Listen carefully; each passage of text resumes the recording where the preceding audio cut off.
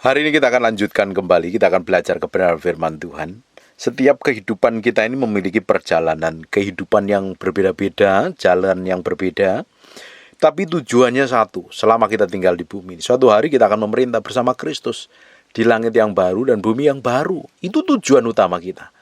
Nah, di dalam perjalanan kehidupan kita, masing-masing orang berbeda-beda, bisa punya profesi berbeda, pekerjaan berbeda, apapun yang dikerjakannya berbeda, tapi tujuannya satu, Kristus Yesus, bukan yang lain. Nah, selama perjalanan ini, Tuhan akan bawa kita masuk ke tanah perjanjian. Masing-masing orang akan dibawa ke tanah perjanjiannya masing-masing. Makanya, suksesnya seseorang itu berbeda-beda. Suksesnya seorang tukang cukur rambut berbeda dengan suksesnya penjual soto, beda-beda. Kata sukses menurut kehendak Tuhan, menurut kacamatanya Tuhan adalah berhasil ketika kita dipercayakan segala sesuatu seperti yang Tuhan mau, seperti yang Tuhan inginkan. Kita ditempatkan dimanapun, kita bertanggung jawab, kita melakukannya dengan sungguh hati, dan dari sanalah kita menjadi berkat bagi banyak orang. Kalau Bapak Ibu dipercayakan apa hari ini? Profesimu, jabatanmu, pekerjaanmu, apapun namanya, kamu kerjakan dengan sungguh-sungguh, kamu lakukan dengan terbaik, seperti melakukannya untuk Tuhan, maka Tuhan akan berkati tanganmu, pekerjaanmu, usahamu, keluargamu. Dari sanalah kamu sebenarnya memasuki tanah perjanjian di mana kamu akan diberkati luar biasa. Seperti perjanjian antara Tuhan dengan orang-orang Israel. Ketika mereka masih diperbudakan, Tuhan janjikan kamu akan keluar dari tanah Mesir ini. Kamu akan masuk ke tanah perjanjian yang penuh susu dan madunya. Ternyata di dalam perjalanannya tidak langsung seperti yang diharapkan orang Israel. Seperti perjalanan kehidupan kita. Kita mengharapkan sesuatu yang luar biasa ketika kita ikut Tuhan. Ternyata yang kita hadapin berbeda. Ternyata kenyataan kehidupan yang kita alami berbeda dengan bayangan kita, dengan keinginan kita dan cita-cita kita. Ternyata berliku jalannya. Seperti bangsa Israel, dipikir ketika keluar dari tanah Mesir, dipikir dia langsung masuk tanah perjanjian, ternyata Tuhan bawa mereka masuk ke padang gurun dahulu. Di padang gurun dilatih. Bersungguh hati sama Tuhan apa tidak? Bergantung sepenuhnya sama Tuhan. Diizinkan perjalanan-perjalanan seperti itu. Sama seperti kehidupan kita hari ini. Kita memutuskan untuk mengasihi Tuhan, mencintai Tuhan. Ternyata perjalanan kita nggak semulus yang kita bayangkan. Jalanin. Terima kenyataan yang ada.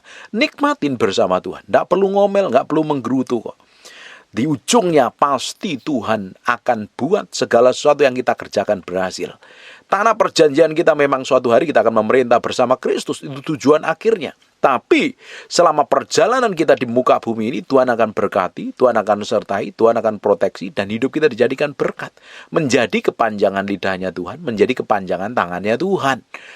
Tuhan mau manifestasi melalui seluruh kehidupan kita. Sekarang kita akan lihat di Ulangan pasal yang ke-8. Tapi saya mau mulai dari ayat yang ke-7. Bapak Ibu mesti baca mulai ayat yang pertama. Saya udah khotbahkan itu berkali-kali. Cari judulnya, saya lupa judulnya apa. Tapi hari ini kita akan pelajari mulai ayat yang ke-7. Sebab Tuhan Allahmu membawa engkau masuk ke dalam negeri yang baik, suatu negeri dengan sungai mata air dan danau, dan keluar dari lembah-lembah dan gunung-gunung. Suatu negeri dengan gandum dan jelainya, dengan pohon anggur, pohon ara, pohon delimanya, suatu negeri dengan pohon zaitun dan madunya. Suatu negeri di mana engkau akan makan roti dengan tidak usah berhemat, artinya berkelimpahan, di mana engkau tidak akan kekurangan apapun. Suatu negeri yang batunya mengandung besi dan gunungnya akan kau gali tembaga. Ini ada di Indonesia ini kelihatannya. Indonesia ini sangat berlimpah dengan potensi sumber daya alamnya. Ini seperti yang dikatakan Alkitab. Kita bersyukur tinggal di Indonesia. Bapak Ibu, kalau engkau tinggal di negaramu, dimanapun kau berada, ada yang tinggal di Jerman, ada yang tinggal di Inggris, ada yang tinggal di Amerika, ada yang tinggal di Australia, ada yang tinggal di pulau-pulau lain atau negara lain. Bapak Ibu, di mana engkau ditempatkan, disitulah sebenarnya Tuhan mau berkati kamu. Tuhan akan sertai hidupmu. Makanya perjalanan kehidupanmu ketika kamu memutuskan untuk mencintai Tuhan dan mengasihi Tuhan, kamu mendedikasikan hidupmu sama Tuhan, jalan terus setia, lakukan yang terbaik, jangan malas, kerja, lakukan bagianmu, Tuhan akan berkati loh. Pasti Tuhan akan berkati. di mana engkau berada. Bahkan engkau akan jadi berkat bagi orang sekitarmu. Bapak Ibu coba koreksi hatimu sampai hari ini. Kalau hari ini ya bertahun-tahun sampai umurmu berapa? Umur yang Tuhan percayakan sampai kamu hari ini dengar firman yang saya sampaikan ini berapa? Sudah jadi berkat belum? Apa yang kamu kerjakan bersama Tuhan? Apa yang kamu lakukan untuk Tuhan? Sekarang mulai berpikir bukan hanya memuaskan ego dan hawa nafsu, memuaskan keinginan kita, memuaskan semua yang sifatnya kedagingan kita. Sekarang mulai belajar berpikir, sepanjang hidupku ini saya ini udah jadi berkat belum? Melakukan kehendak Tuhan belum? Saya menggenapi rencana Tuhan belum? Bapak Ibu, kalau kamu berjalan bersama Tuhan, setiap hari melangkah bersama Tuhan, Tuhan akan sertain hidupmu dan Tuhan pasti akan bawa engkau masuk ke dalam anugerah dan kelimpahannya Tuhan. Tuhan berjanji itu tidak pernah berdusta, pasti digenapi. Kalau Tuhan berjanji pada bangsa Israel, dia akan masuk tanah perjanjian. Real, mereka masuk tanah perjanjian loh. Dan kita ini adalah orang-orang Israel secara rohani. Kita adalah Israel yang dicangkokkan. Kalau kita ini menjadi miliknya Kristus, Alkitab katakan kita berhak menikmati berkat yang Tuhan janjikan lewat Abraham. Perjanjiannya Abraham, jatahnya Abraham itu menjadi bagian milik kita. Yang jadi masalahnya tidak semua orang Kristen sampai ke level itu. Dan kita yang ngerti firman harus ke level itu. Tuhan mau jadikan kita ini berkat bagi banyak orang, bukan fokus pada diri kita sendiri. Nah, ketika Tuhan bawa menuju tanah perjanjian itu, Tuhan mau hatimu dulu. Tuhan beresin hatimu, jangan sampai ketika engkau ngalami namanya kelimpahan, namanya berkat, hatimu lupa. Nanti hatimu gak terpaut lagi sama Tuhan. Hatimu jauh dengan Tuhan. Makanya di ayat yang ke-6-nya ngomong begini, oleh sebab itu haruslah engkau berpegang pada perintah Tuhan Allahmu, hidup menurut jalan yang ditunjukkannya, dan dengan takut akan Dia. Bapak Ibu bisa baca sebelumnya, diizinkan perjalanan itu keluar dari tanah Mesir menuju padang gurun itu untuk ngetes hatinya. Kalau hari ini perjalanan hidupmu tidak enak, bersyukur sama Tuhan. Jalan sama Tuhan. Nikmatin kenyataan yang ada, minta dipimpin Tuhan, tetap bergaul sama Tuhan. Kamu masih di dalam padang gurun, kamu setia, kamu jaga hatimu, kamu jaga sikapmu, kamu akan mendekatin tanah perjanjian. Semakin kamu mendekatin tanah perjanjian, kamu akan ketemu raksasa, tantangan yang lebih gede-gede. Nah, ketika engkau bisa menaklukkannya, kamu akan menikmati anugerah dan kemurahan Tuhan yang dahsyat dan luar biasa. Kita lanjutkan lagi di ayat yang ke-10, dan engkau akan makan dan akan kenyang. Maka engkau akan memuji Tuhan Allahmu karena negeri yang baik yang diberikannya kepadamu. Hati-hatilah supaya jangan engkau melupakan Tuhan Allahmu dan dengan tidak berpegang pada perintah, peraturan dan ketetapannya yang kusampaikan kepadamu hari ini. Ini penting nih, hati-hati supaya jangan engkau melupakan Tuhan Allahmu. Ini penting sekali nih. Banyak orang melupakan Tuhan ketika diberkati. Udah lagi susah malah lupa Tuhan, ya kamu gak akan dapat sesuatu yang baik daripada Tuhan, karena Tuhan adalah sumber kita, Tuhan yang menjadi kekuatan kita, Tuhan yang menjadi inspirasi kehidupan kita, yang menjadi hikmat kita. Makanya semakin kita ngalami segala sesuatu, kita harus mencintai Tuhan, melibatkan Tuhan, bergaul intim dengan Tuhan. Kalau Bapak Ibu suka mendengarkan apa yang saya sampaikan, inti dari semua pengajaran saya adalah membangun hubungan intim dengan Tuhan. Ketika kamu membangun dan memiliki hubungan keintiman dengan Tuhan berbeda dengan orang rata-rata, kamu masuk sampai kedalaman hatinya, ngerti isi hatinya, berjalan seritme dengan Dia, apa yang terjadi dengan hidupmu. Engkau akan dibawa menjadi orang yang berbeda, dengan urapan yang berbeda, dengan hikmat yang berbeda. Dan pasti tentunya Tuhan akan berkati apa saja yang dikerjakan tanganmu, yang dipegang oleh tanganmu, Tuhan akan buat berhasil. Kita lanjutkan lagi, hati-hati supaya jangan engkau melupakan Tuhan. Ini penting sekali ini. Bapak Ibu, Alkitab katakan jangan lupa engkau memperkatakan kitab Taurat ini siang dan malam, supaya hidupmu berhasil dan beruntung kok. Siang dan malam. Mazmur katakan jangan lupa engkau merenungkan kitab Taurat ini siang dan malam, tidak bisa ditawar-tawar. Supaya apa? Jalan kita ini loh sejalan seperti yang Tuhan mau. Nggak seenak kita sendiri. Karena kita selama ini banyak berpikir, bertindak hanya ngikutin naluri kita, bukan ngikutin kehendak Tuhan. Kalau kita berjalan ngikutin mau kita, nggak ngikutin kehendak Tuhan, hidup kita akan terseok-seok loh, akan berdarah-darah, jatuh terus-terusan. Karena kita di luar Tuhan, kita nggak bisa berbuat apa-apa. Tanpa kekuatan Tuhan, bumi ini sedang dikuasai oleh roh jahat loh. Kamu tanpa kekuatan Tuhan, kamu masuk medan peperangan tanpa senjata, dalam kondisi telanjang, kamu jadi bulan-bulanan setan, jadi bulan-bulan musuh loh. Hari ini kita mesti sadarin itu. Kita ini tidak bisa hidup tanpa Tuhan. Kita butuh Tuhan dan kita perlu bergantung sama Tuhan. Tapi anehnya ya banyak orang Kristen hari ini karena punya gelar, udah belajar ini, punya pengalaman, punya duit, punya perusahaan dan lain sebagainya, jabatan atau koneksi atau apapun, lupa dengan Tuhan, mengandalkan kekuatannya sendiri. Beberapa minggu yang lalu kita udah pelajarin tentang mengandalkan kekuatannya sendiri. Bapak Ibu, kalau engkau mengandalkan kekuatanmu sendiri, ujung dari kehidupanmu gak akan mencapai destinasi Tuhan. Apapun itu yang kamu kerjakan, pasti akan babak belur. Ingat ya, Tuhan itu punya tujuan dan maksud atas kehidupan kita. Dia nggak ciptakan kita sia-sia menjalani hidup. Kalau kita hanya sekedar jalanin hidup, nggak jauh beda dengan orang dunia, ya nggak ada gunanya, nggak ada fungsinya. Tuhan ciptakan kita ini spesifik, punya maksud dan tujuan untuk menggenapi rencananya. Bapak Ibu mesti kenali tujuan Tuhan dalam hidupmu. Engkau nggak akan tahu tujuan Tuhan dalam hidupmu kalau engkau nggak memiliki hubungan dengan Tuhan. Sebelum kau memiliki hubungan dengan Tuhan, beresin hatimu, beresin hidupmu, beresin semua ketidakbenaran dalam hatimu. Ketika engkau mulai berjalan bersama Tuhan, menikmati perjalanan itu bersama Tuhan, sekalipun kau lewat padang gurun, tetap ada penyediaan Tuhan. Saya ini pernah ngalami masa padang gurun hampir 5 tahun.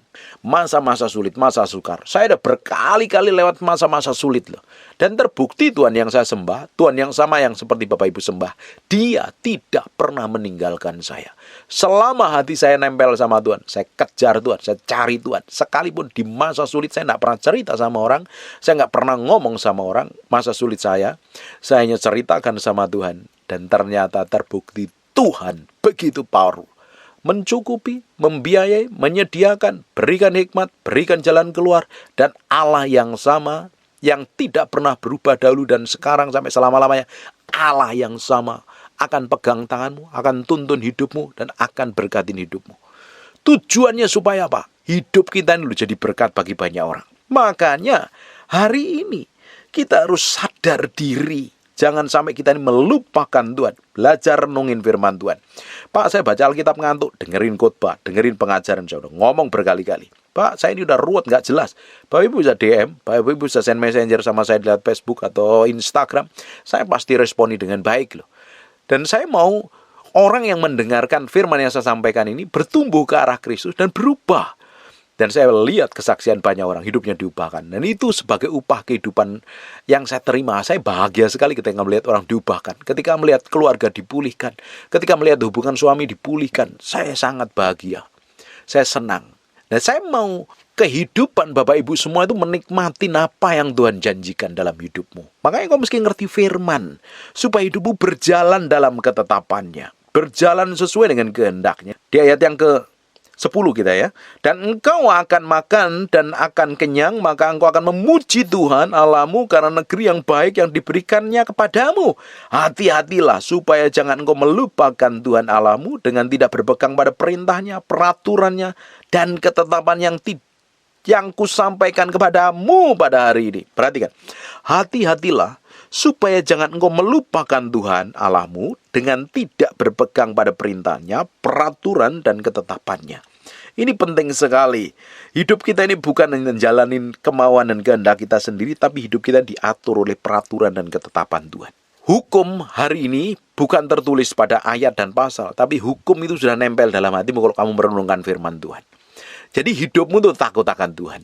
Ketika engkau merenungkan firman, kamu makan firman setiap hari, kamu kasih makan manusia rohmu, kamu memutuskan segala sesuatu atas dasar firman. Karena kamu mencintai Tuhan, karena engkau mengasihi Tuhan, kamu gak akan melupakan Tuhan, dan kamu gak akan berusaha melakukan hal yang menyakitin hati Tuhan. Karena apa? Kamu ngerti kebenaran. Ini banyak orang gak ngerti kebenaran.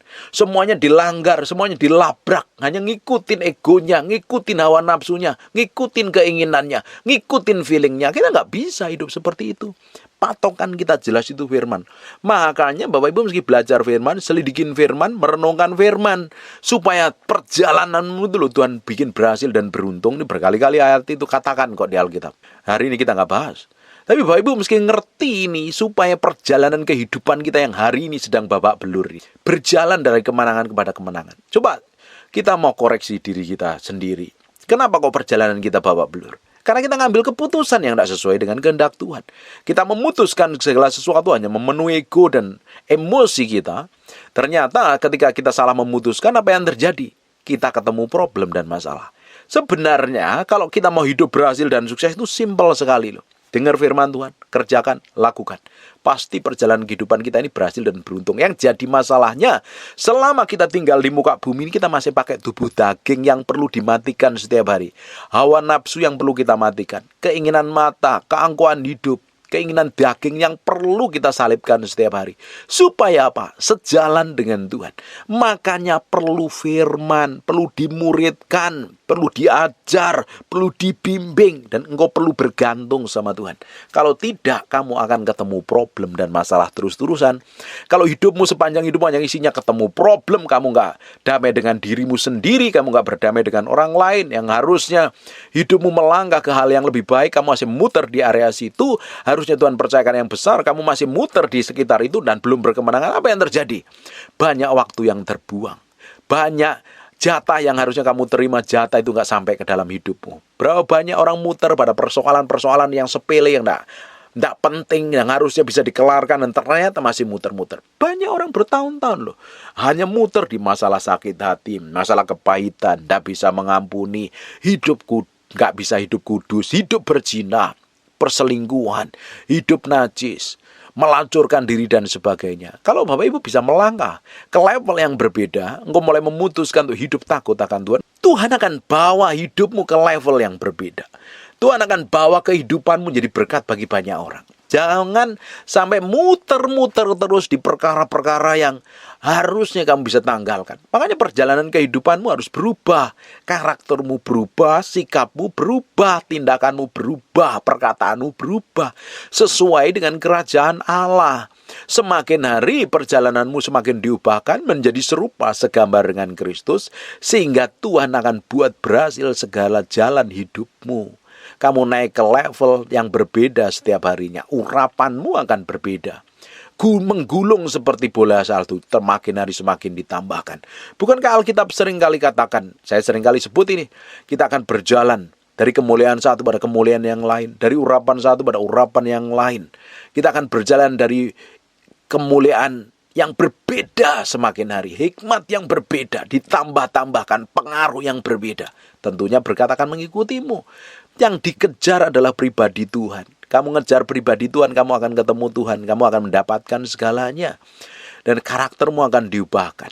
Makanya Bapak Ibu, nikmatin perjalananmu hari ini. Kalau Bapak Ibu ngadepin perjalanan yang rumit, perjalanan yang gak jelas, masuk jalan buntu rasanya belum ada pertolongan, jalan terus sama Tuhan.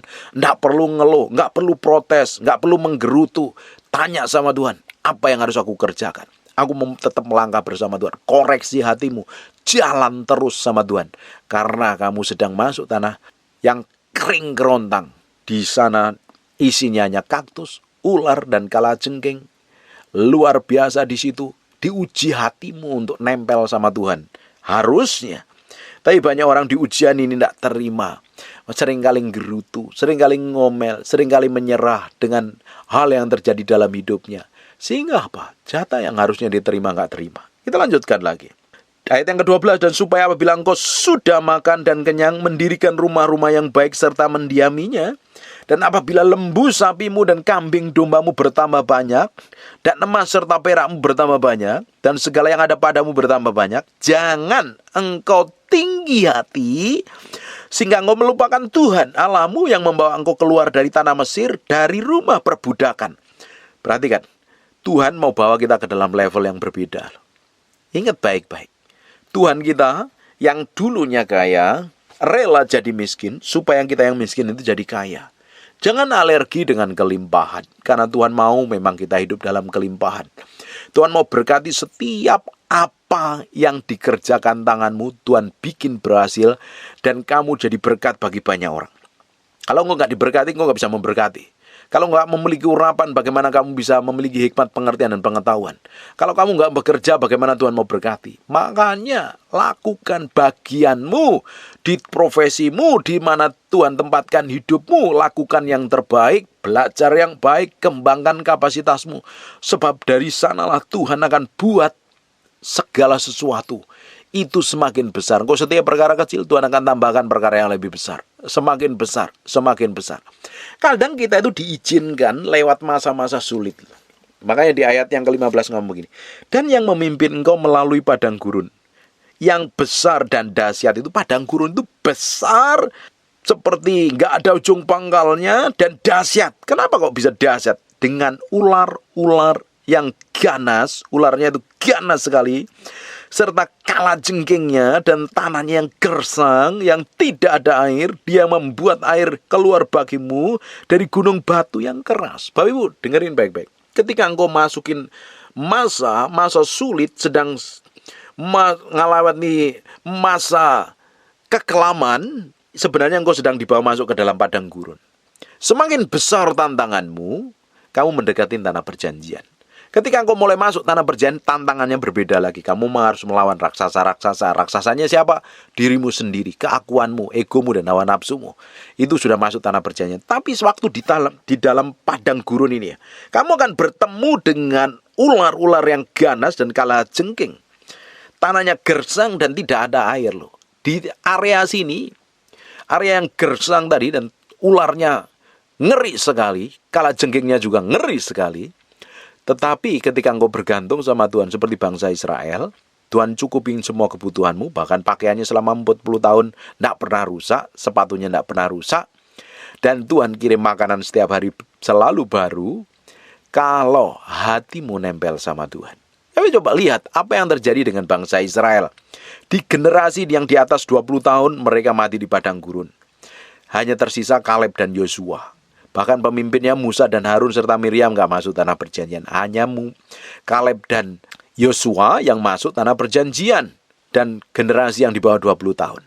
Sisanya mati di padang gurun. Gak mencapai destinasi Tuhan. Kenapa? Di masa padang gurun, di masa sulit itu isinya menggerutu, jatuh dalam dosa, ada yang berzina, yang melawan pemimpin. Hidupnya ngawur. Alkitab tadi kan udah katakan, berjalan dalam ketetapannya, dalam perintahnya, dalam peraturannya. Jalan ngikutin kehendak Tuhan. Kekristenan itu bukan jalan pakai nalar kita. Kekristenan itu jalan ngikutin kehendak Tuhan, ngikutin maunya Tuhan, ngikutin ketetapan Tuhan. Jangan bertindak berpikir semaumu sendiri. Sesuai dengan firman apa tidak. Kalau keputusanmu nih tidak sesuai firman, yang jangan dikerjakan. Kalau tindakanmu nggak selaras dengan firman, ya jangan dilakukan. Kamu nanti ketemu problem dan masalah. Loh, kita ini sudah ikut Tuhan, sudah cari Tuhan. Kadang perjalanan itu diizinkan lewat padang gurun lah. Apalagi kalau kamu di padang gurun isinya gerutu, ngomel, ngeluh, nyalain orang lain, kamu akan dipakut ular dan kalajengking. Berapa banyak orang-orang Israel mati di padang gurun dipakut ular dan kalajengking. Mereka mati loh.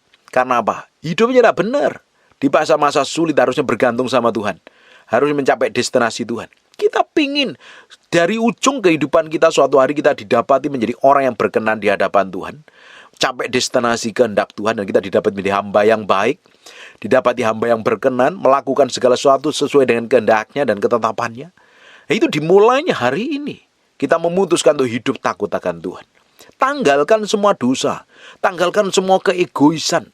Tanggalkan semua kedaginganmu dan miliki hubungan keintiman dengan Tuhan. Tanpa engkau memiliki hubungan keintiman dengan Tuhan, tanpa bergaul dengan firman, kamu akan menjadi orang yang keras kepala, merasa benar sendiri, merasa hebat sendiri, angkuhnya luar biasa. Tindakanmu gak sejalan dengan Tuhan. Makanya orang semakin ngerti firman, sejalan dengan firman itu hidupnya pasti berubah. Tindakannya pasti berubah. Kalau tidak, kamu di padang gurun akan mati babak belur, ditelan oleh ular dan kalajengking. Bapak Ibu, tahu nggak apa artinya ular dan kalajengking? Ini berbicara tentang iblis dan roh jahat di udara. Kalau engkau tidak bisa menang hidup dalam kekudusan dan kesucian ketika di padang gurun, kamu dihabisin setan. Tapi ketika engkau masuk tanah perjanjian, kamu harus menang terhadap dirimu sendiri. Amin. Kita lanjutkan lagi. Dan yang di padang gurun ayat yang ke-16, memberi engkau makan mana yang tidak dikenal oleh nenek moyangmu, supaya direndahkannya hatimu untuk dicobainya. Bukan dicobainya yang tepat, sebenarnya diujinya. Engkau hanya untuk berbuat baik kepadamu akhirnya. Tujuannya dari padang gurun supaya kita ini bergantung sama Tuhan kok. Diizinkan itu masa-masa sulit itu terjadi. Saya sendiri ngalami. Saya pernah ngalami kebangkrutan, punya utang, ditagih utang, aset mau disita bank, mobil dijual, semuanya habis, investasi diambil, emas-emas dijual, kan mengalami masa-masa sulit itu. Dan masa-masa itu kita alami hampir 4 tahun Bapak Ibu. Saya ini hamba Tuhan yang bukan hanya pinter khotbah loh, saya ngalami loh.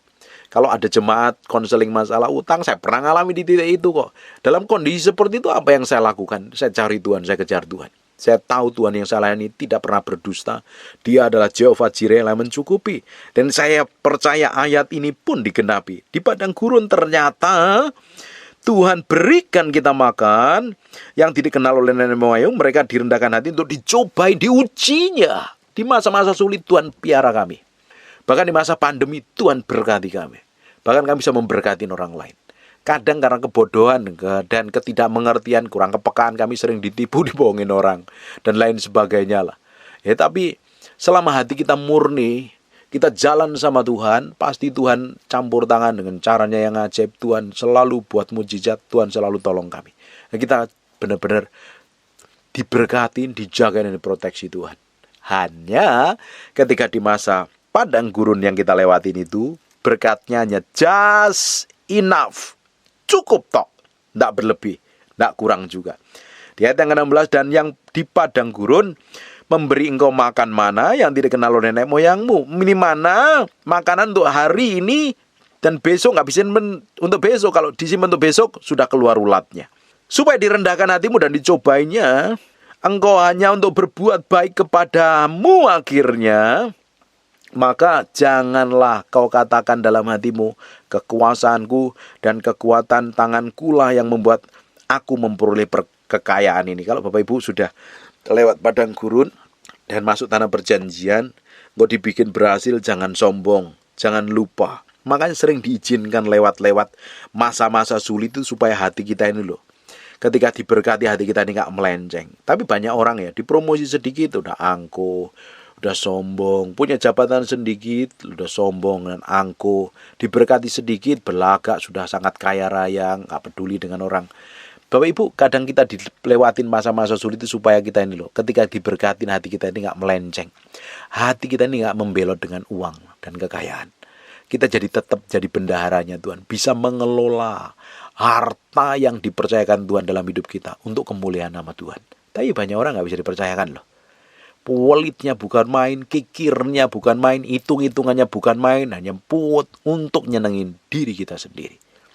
Bapak Ibu, dari setiap berkat yang Tuhan percayakan sama kita, Tuhan punya maksud dan tujuan. Kita bisa mengelola dan berkat bagi banyak orang. Tapi banyak orang lupa ketika terima berkat. Dia fokuskan untuk dirinya sendiri. Di ayat yang ke-18, tetapi haruslah engkau ingat kepada Tuhan Allahmu, sebab dialah yang memberikan kepadamu kekuatan untuk memperoleh kekayaan. Dengan maksud meneguhkan perjanjian dikerarkan dengan sumpah kepada nenek moyangmu seperti sekarang ini. Tetapi jika engkau sama sekali melupakan Tuhan Allahmu dan mengikuti Allah lain, beribadah kepadanya, sujud menyembah kepadanya, aku memperingatkan kepadamu hari ini bahwa kamu pasti binasa. Hari ini orang gak nyembah gunung, orang gak nyembah pohon, gak nyembah batu, gak nyembah patung. Tapi orang menyembah dirinya sendiri, egonya, hawa nafsunya, jabatannya, sampai lupa dengan Tuhan. Jadi penyembah berhala itu ketika kita itu sudah menomor duakan Tuhan. Kita nggak punya waktu sama Tuhan. Pekerjaan bisa jadi berhala, hobi bisa jadi berhala, keluarga bisa jadi berhala, istri anak bisa jadi berhala, suami bisa jadi berhala, mobil bisa jadi berhala. Tuhan harus menempati dalam diri kita yang utama dan terutama. Kalau enggak, hidupmu pasti binasa. Seperti bangsa-bangsa yang dibinasakan Tuhan di hadapanmu, kamu pun akan binasa sebab kamu tidak mau mendengarkan suara Tuhan Allahmu. Tuhan tidak mau kita binasa. Memang kerjanya iblis mencuri, membunuh, dan membinasakan. Tetapi Tuhan mau hidup kita menjadi berkat. Hidup kita jadi berkat. Hidup kita memberkati banyak orang. Dan nama Tuhan dipermuliakan melalui kehidupan kita. Kalau tidak, kehidupan kita ini nggak akan mencapai destinasi Tuhan, Bapak Ibu. Berjalan terus bersama Tuhan. Kalau engkau nggak berjalan terus sama Tuhan, hidupmu akan babak belur. Mulai hari ini, bergantung sepenuhnya sama Tuhan. Bergantung artinya kamu memberi hatimu, memberi pikiranmu, memberi perasaanmu, dan menomorsatukan Tuhan dalam hidupmu. Coba kita mau lihat ya. Benar nggak sih kita ini nomor satukan Tuhan? Berapa banyak dari 24 jam kita duduk diam di kaki Tuhan? Hari ini ada media sosial loh. Ketika kita pegang HP, nggak cukup 1 jam kita scroll TikTok, scroll IG, scroll Facebook, dan lain sebagainya. Kita bisa lihat media sosial. Kalau Bapak Ibu nonton YouTube, apalagi YouTube-nya Peter Guntur masih oke, dengerin khotbah-khotbah pendeta lain ya masih bagus. Tapi kalau Bapak Ibu hanya nonton dan waktumu habis sia-sia, dan kamu tanpa peduli Tuhan, terus kamu pingin berhasil, bagaimana? Padahal Tuhan janjikan, Tuhan memberikan kekuatan kepada kita untuk memperoleh kekayaan. Tuhan sudah kasih loh kekuatan untuk kita ini menikmatin kekayaan. Perhatikan ayat yang ke-18. Tapi haruslah engkau ingat kepada Tuhan Allahmu, sebab dialah yang memberikan kepadamu kekuatan untuk memperoleh kekayaan. Artinya Tuhan pernah modalin hidupmu.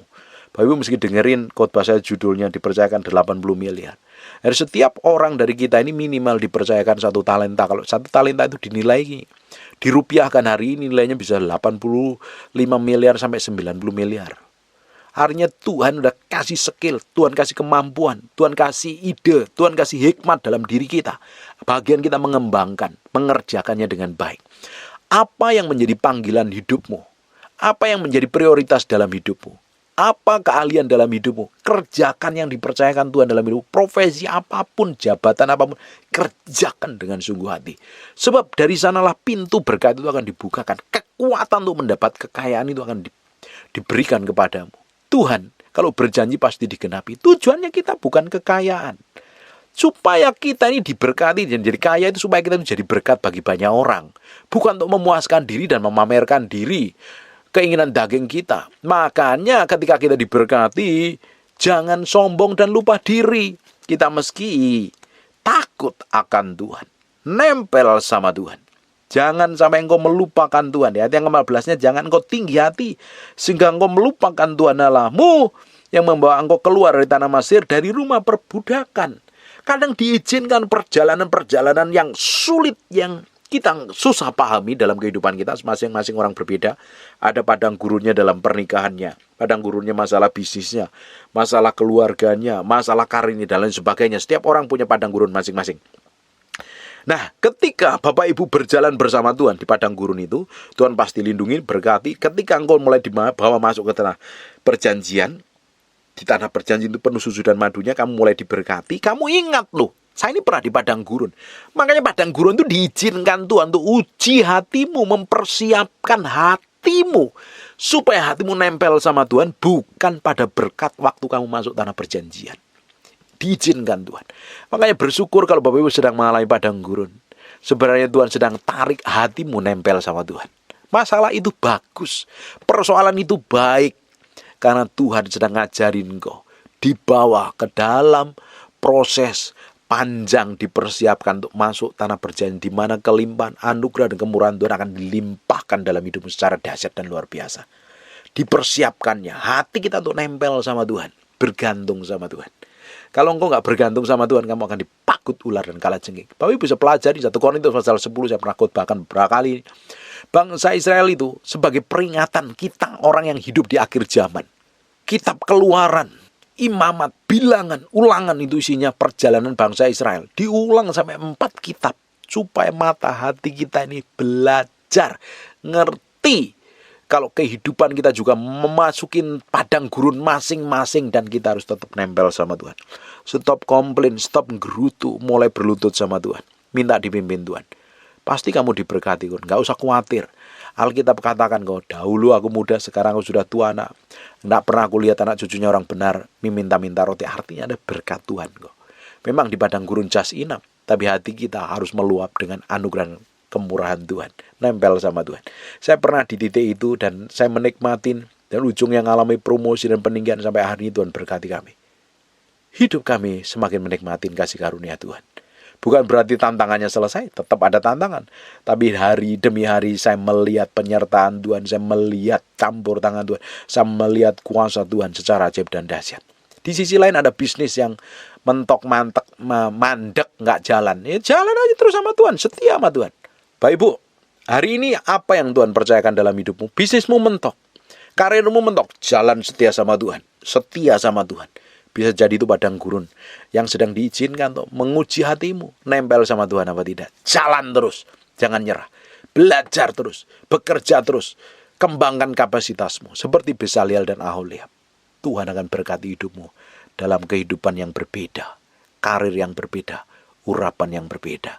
Saya percaya anugerah dan kemurahan Tuhan melimpah-limpah dan dahsyat dalam hidupmu. Jalan terus sama Tuhan. Nikmati anugerah dan kemurahannya secara ajaib dan dahsyat. Dia Allah yang tidak pernah berubah dahulu, sekarang, sampai selama-lamanya. Amin. Bahagia ketika mengalami penderitaan. Enjoy ketika engkau masuk dalam padang gurun. Nikmatin sebentar lagi kau masuk tanah perjanjian.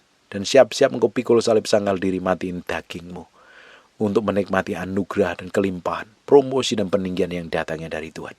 Tuhan kita hobinya memberkati. Tuhan kita hobinya mempromosi. Tapi setan kerjanya mencuri, membunuh, dan membinasakan. Kamu melayani Tuhan, kamu mencintai Tuhan, kamu nempel sama Tuhan, kamu akan ketepa dengan berkat dan anugerah yang tanpa batas itu. Tuhan kita baik adanya. Amin. Tutup matamu, tutup Alkitabmu, kita berdoa. Bapak, terima kasih buat firman-Mu. Kami materikan firman dengan darah anak domba, nempel dalam hati kami, berhari-hari, berminggu-minggu, berbulan-bulan, firman menjadi kehidupan. Kamu berdoa setiap orang yang mendengar firman ini diberkatin Tuhan, diberkatin Tuhan, diberkatin Tuhan. Kamu berdoa untuk orang yang sakit dan mengalami kelemahan tubuh, oleh bilur Yesus, oleh darah Yesus, jadilah engkau tahir, jadilah engkau pulih, jadilah engkau sehat. Jadi sehat seperti yang kudoakan dan katakan. Terima kasih Tuhan. Anugerah, kemurahan, kasih setiamu hanya untuk hormat, kemuliaan bagi Raja kami segala Raja. Dalam nama Yesus kami berdoa mengucap syukur. Haleluya. Amin. And God bless you.